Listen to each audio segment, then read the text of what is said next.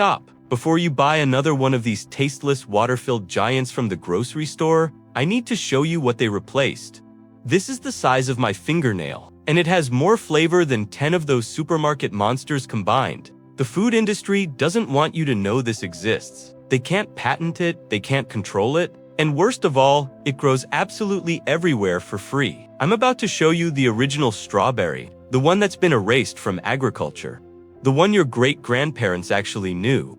And by the end of this video, you'll never look at a grocery store strawberry the same way again. Walk into any supermarket and you'll see them. Those massive, perfect, bright red strawberries, they look incredible. They photograph beautifully, and they taste like absolutely nothing. Crunchy, watery, bland, maybe a hint of sourness. This is what we've been conditioned to accept as a strawberry. But here's what they're not telling you. The strawberry you're eating, it didn't exist 300 years ago. It's a hybrid, a carefully engineered mutation designed for one thing: profit. Not flavor, not nutrition, profit. The real strawberry, the one humans have been eating for over 20,000 years, is this tiny jewel called Fragaria vesca, the wild strawberry, the woodland strawberry, the Alpine strawberry. It's small, it's delicate, and it contains flavor compounds so concentrated, so intense, that food scientists literally use it to create artificial strawberry flavoring. Think about that. When they want to make something taste like strawberry, they don't use those big supermarket berries. They use this. Look at the difference. The commercial strawberry, mostly white inside, water and fiber. The wild strawberry, deep red throughout. Every cell packed with flavor compounds, antioxidants, and nutrients. This is what they took from us. And this is what I'm going to help you get back.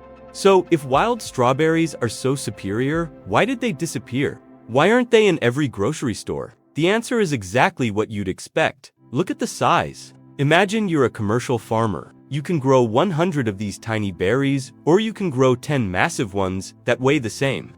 Which one makes you more money? These take forever to harvest. Each berry is the size of a pea. You need hundreds to fill a basket.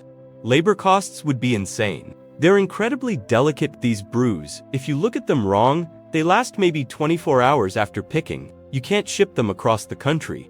You can't store them for weeks.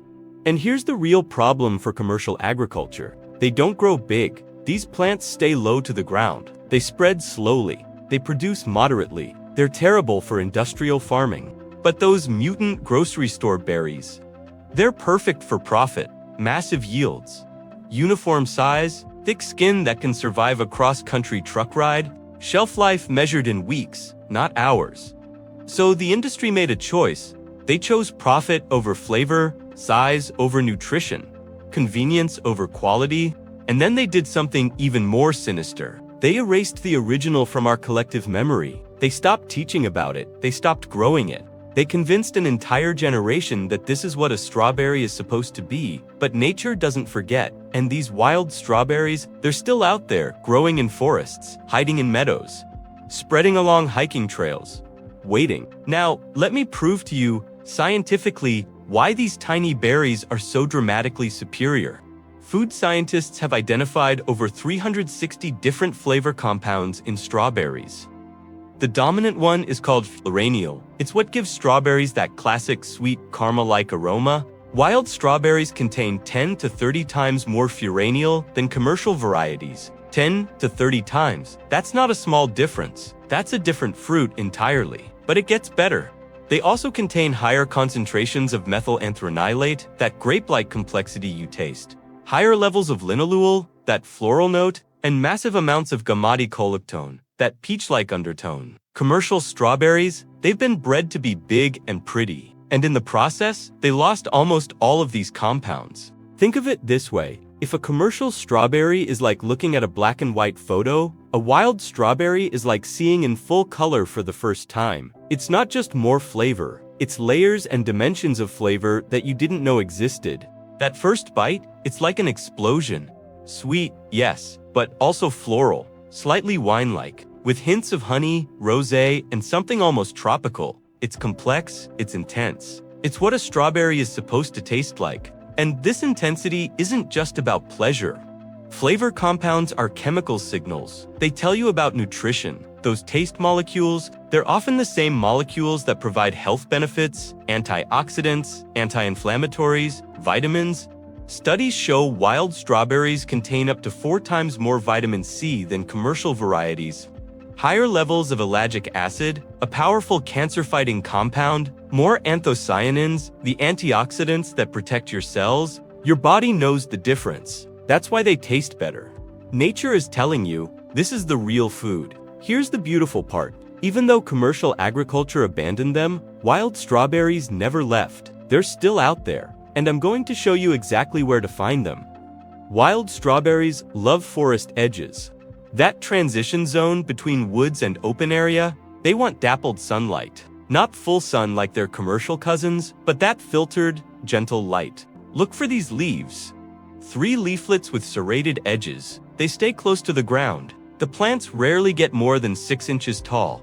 In spring, you'll see these tiny white flowers. 5 petals, yellow center, they're adorable. And they're your signal that berries are coming. The berries start green and hard, then they turn white, then pink, and finally deep red. And here's the key. You want to wait? Commercial strawberries are picked underripe because they have to survive shipping. Wild strawberries, they ripen on the plant, and you pick them when they're so ripe, they're almost falling off. That's when the magic happens. That's when the flavor reaches peak intensity. They grow in meadows, old hiking trails, abandoned gardens, railroad embankments, anywhere humans used to disturb the soil and then left it alone. They love those spots. I've found them in parks, on the edges of parking lots, growing through cracks in old sidewalks. They're survivors, they're opportunists, and they're everywhere once you know what to look for. Here's another spot people miss: old strawberry farms. Sometimes the commercial farms still have them growing as weeds between the rows. The farmers pull them out, not realizing they're destroying something 10 times better than what they're growing. And mountains. If you live anywhere near mountains, you're in luck. Wild strawberries love alpine environments. The higher elevation, the cooler nights, the intense sun during the day, it all concentrates those flavor compounds even more. But here's what I need you to understand. You don't need to forage these. You don't need to spend hours searching forests. You can grow them yourself. And I'm going to show you exactly how.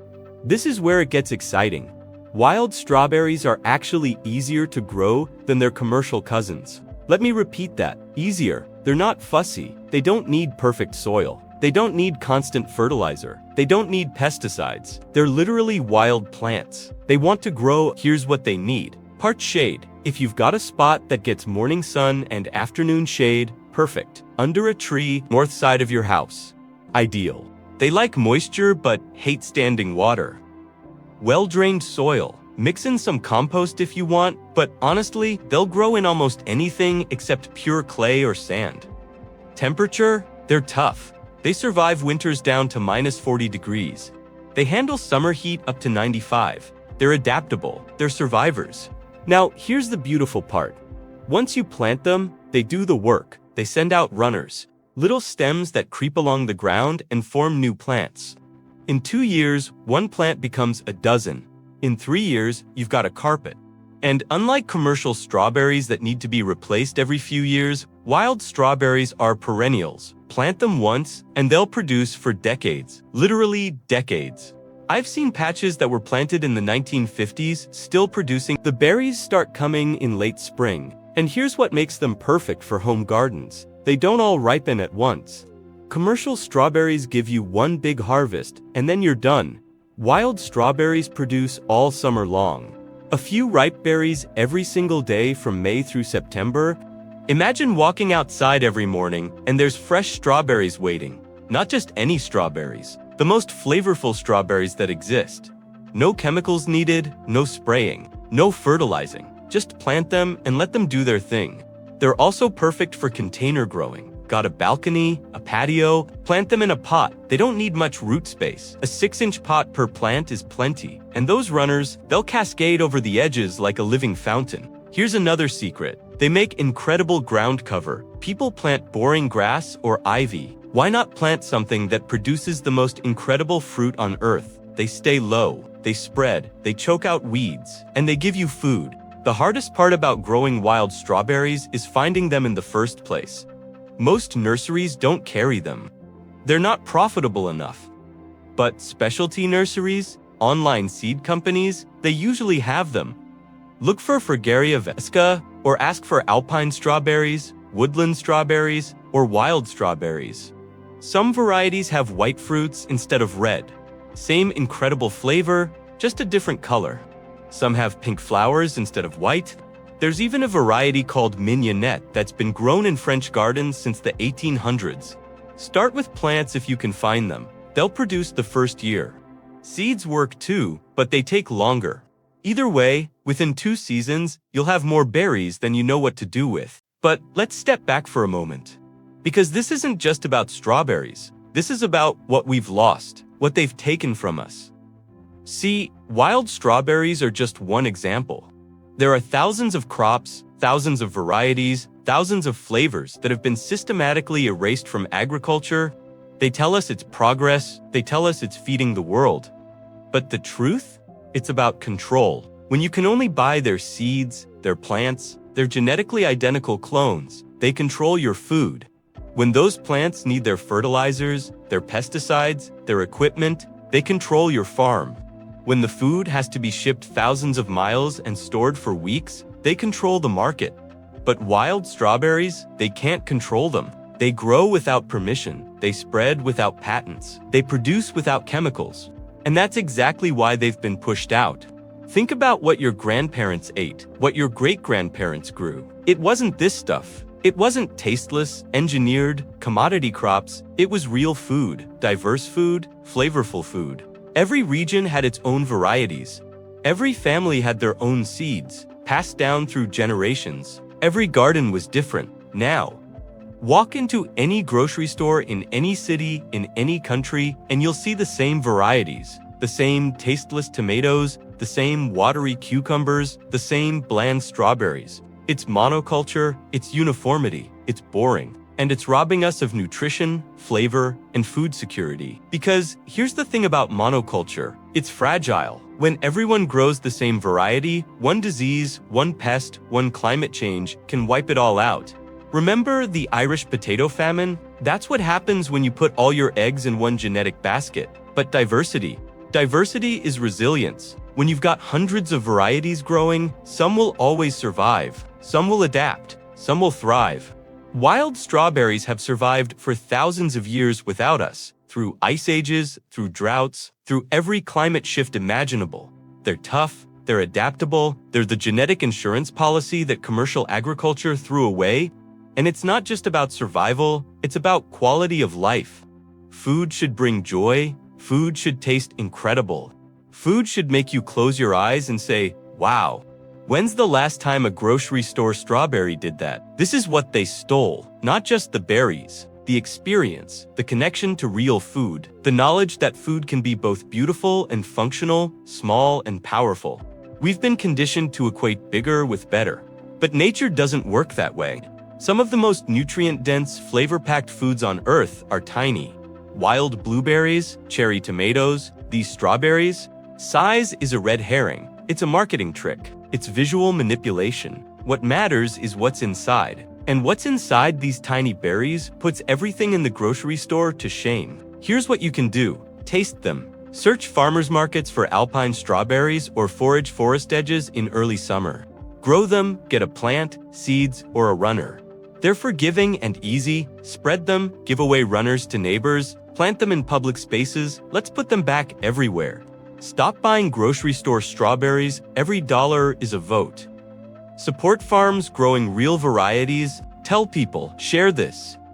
The only reason this knowledge disappeared is because people stopped talking about it. This is how we take back our food system. Through knowledge and action. Wild strawberries are just the beginning. This is lost green knowledge, and we're bringing it back. That tiny berry that's not just a strawberry, that's a symbol of everything we've lost and can reclaim. Bigger isn't better.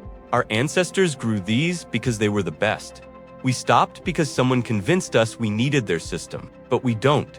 These plants grow themselves. The best strawberry on Earth requires the least work. So go find them, grow them, taste them. When that flavor hits you, you'll understand why they buried this knowledge. Because once you taste the real thing, you can never go back. Don't let them bury it again.